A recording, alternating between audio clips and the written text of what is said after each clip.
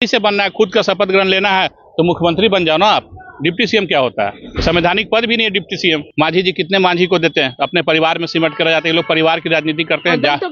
ये लोग दलित के नाम पर राजनीति करते हैं, दलित नेता है नहीं। तो जीतने के बाद ना पहले 40 सीट तो मिले, चुनाव जीते तो सही। चुनाव जीतने के बाद ना मुख्यमंत्री बनेंगे तो वहाँ नहीं टिके। और तेजस्वी यादव के साथ तो पहले से एक बार खंजर का खेला हो चुका है। अपने ही से अगर मुख्यमंत्री बनना है तो इन लोग का सिर्फ शपथ ग्रहण बाकी है। तो हम तो चाहेंगे आपके चैनल से कि ये लोग शपथ ग्रहण भी खुद कर ले। मंत्री उप मुख्यमंत्री जनता बनाती है, जनता के वोट से चुन के जाएंगे, जीत के जाएंगे तभी तो। देखिए वो भरोसे के नेता है नहीं। जब जो व्यक्ति समाज के साथ धोखा कर सकता है तो तेजस्वी यादव कोई फैक्टर नहीं है। न तेजस्वी यादव फैक्टर है, न बीजेपी उनके लिए फैक्टर है।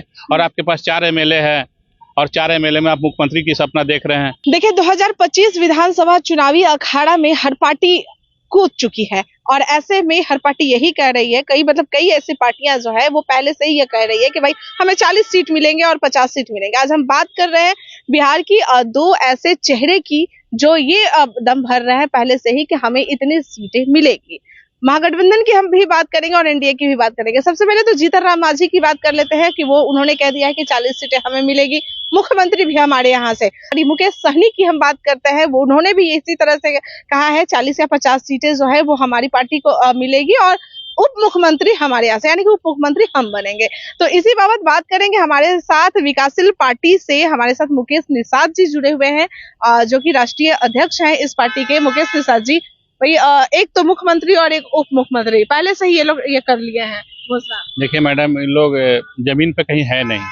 अपने ही से अगर मुख्यमंत्री बनना है तो इन लोग का सिर्फ शपथ ग्रहण बाकी है। तो हम तो चाहेंगे आपके चैनल से कि ये लोग शपथ ग्रहण भी खुद कर ले तो ज्यादा बेटर होगा। जमीन पर कुछ नहीं, और जमीन पे जो होता है वो बोलता नहीं है। वो काम करने वाले लोग काम करने में विश्वास रखते हैं और जनता बनाएगी ना। मुख्यमंत्री उप मुख्यमंत्री जनता बनाती है, जनता के वोट से चुन के जाएंगे, जीत के जाएंगे तभी तो। अभी तो सदस्य जो उप मुख्यमंत्री जिनकी बात कर रही हो वो तो आप किसी सदन के सदस्य भी नहीं है। मुख्यमंत्री या डिप्टी सीएम बनने के लिए सदन का सदस्य होना जरूरी है, लेकिन लोग पहले ही मुख्यमंत्री और डिप्टी सीएम की घोषणा करते हैं तो बड़लोपन है। जीतन राम मांझी का तो समझ में आता है कि वो पहले से भी मुख्यमंत्री रह चुके हैं तो वो सपना देख भी सकते हैं, दलितों के नेता भी हैं। और लेकिन मुकेश सहनी वो उप मुख्यमंत्री की बात कह रहे हैं। अगर उप मुख्यमंत्री क्या ये तेजस्वी यादव नहीं बनाएंगे तो फिर भाग जाएंगे। देखिए वो भरोसे के नेता है नहीं। जब जो व्यक्ति समाज के साथ धोखा कर सकता है तो तेजस्वी यादव कोई फैक्टर नहीं है। न तेजस्वी यादव फैक्टर है, न बीजेपी उनके लिए फैक्टर है। दोनों दल में रह चुके हैं। बीजेपी के साथ बीजेपी ने उनको बहुत सम्मान दिया था। बीजेपी ने चुनाव हारने के बाद उनको एमएलसी बना के मंत्री भी बनाया था, तो वहां नहीं टिके। और तेजस्वी यादव के साथ तो पहले से एक बार खंजर का खेला हो चुका है। एक दूसरे को खंजर, अब ये मारे कि वो मारे, हो तो समय गवाह है कि किसने खंजर मारा। तो ये लोग बोलते हैं, जमीन पर कुछ नहीं है। पहले सदन का सदस्य बन जाए, चुनाव जीते, उसके बाद ना मुख्यमंत्री या डिप्टी सीएम बनेंगे या बनाएंगे। मुकेश जी, 2 सवाल मेरा और है, एक जीतन राम मांझी को लेके और एक इधर आपका मुकेश सहनी जी को लेके। जीतन राम मांझी क्यों कह रहे हैं कि मुख्यमंत्री हमारे यहाँ से आएंगे? क्या धरातल पे उनका उतना पैठ बना हुआ है? दलितों के नेता कहे जाते हैं। चिराग पासवान कहाँ गए? तो ठीक है, क्योंकि दोनों इसी तरह से मांग कर रहे हैं। दूसरा सवाल भी हम करेंगे, लेकिन इस सवाल का जवाब दीजिए। देखिए मांझी जी का मैं सम्मान करता हूँ, गार्जियन है, बुजुर्ग हैं वो, लेकिन ये सब ब्लैकमेलिंग, ये पॉलिटिक्स में ये लोग ब्लैकमेलर तरह की बात करते हैं। जीतन राम मांझी ब्लैकमेल? बिल्कुल ब्लैकमेलर। अगर मान लिया आपके पास सदन में सरकार बनाने के लिए 122 मेंबर चाहिए, मेंबर ऑफ एमएलए चाहिए, और आपके पास 4 एमएलए है और 4 एमएलए में आप मुख्यमंत्री की सपना देख रहे हैं। पहले भी मुख्यमंत्री रहे हैं, किस तरह से उनको हटाया गया वो किसी से पूरा जग जाहिर है। फिर आप मुख्यमंत्री की बात करें, सरकार पे प्रेशर कह रहे हैं कि 40 सीटें हमें बात हो गई है, 40 सीटें मिलेगी, जिसमें 30 अगर हम जीत जाते हैं तो हमारे यहाँ से मुख्यमंत्री फाइनल। तो जीतने के बाद ना पहले 40 सीट तो मिले, चुनाव जीते तो सही।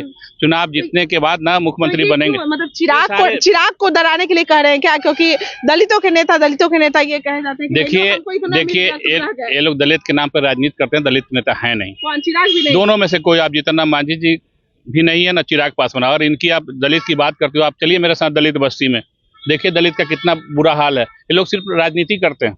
तो जाते तो है, देखते हैं कहाँ जाते हैं। अभी दलित बच्ची के साथ औरंगाबाद में घटना, चिराग जी गए हैं क्या? और पासवान ही है। ये लोग सिर्फ जात की राजनीति करते हैं। समाज से इनको, दलित समाज से न मतलब है, किसी समाज से कोई मतलब नहीं है। सिर्फ ब्लैकमेलिंग की। आप 40 सीट अगर नहीं बोलेंगे तो उस हिसाब से फिर सीट नहीं मिलेगा।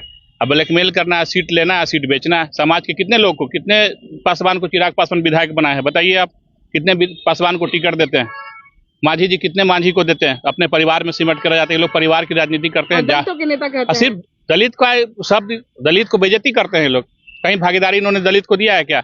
इनकी बहू विधायिका है, बेटा एमएलसी है, खुद मंत्री है, और मुसर समाज में और भुइयां समाज में कोई नेता नहीं है।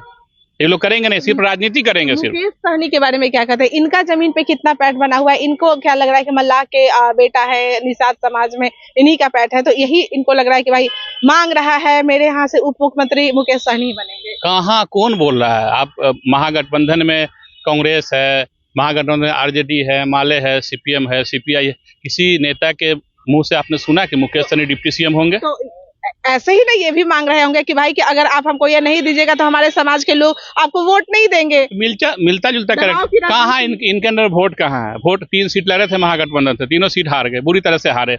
इनके कहने पर समाज वोट करता तो तीनों सीट जीत के आते ना। जीते तो है नहीं, खुद जीते ना, इनका आज तक उम्मीदवार जीता है। बरलोपन बतियाना है तो डिप्टी सीएम क्यों, मुख्यमंत्री इनको बनना चाहिए। मुख्यमंत्री बनना चाहिए बिल्कुल। जब अपने ही से बनना है, खुद का शपथ ग्रहण लेना है तो मुख्यमंत्री बन जाओ ना आप। डिप्टी सीएम क्या होता है? संवैधानिक पद भी नहीं है डिप्टी सीएम।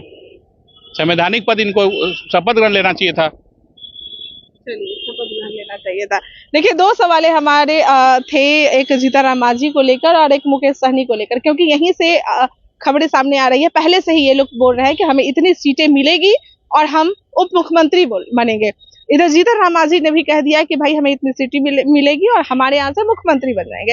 ये दबाव की जो राजनीति ये लोग कर रहे हैं, इन्हें शायद ये नहीं पता है कि ऊपर में जो शीर्ष में जो नेतृत्व कर रहे हैं, उन्हें ये सारी राजनीति जो है तोड़ मरोड़, कहाँ जोड़ना है कहाँ तोड़ना है, ये सब कुछ पता चलता है। अब फैसला जनता को लेना होगा कि भाई वाकई में क्या ये दलितों के नेता हैं या नहीं है। तो आगे और भी सवालें हमारे साथ बनी रहेगी। कमेंट्स में अपनी सवाल जरूर करें और बने रहे बिहार टाइम्स डिजिटल के साथ। धन्यवाद।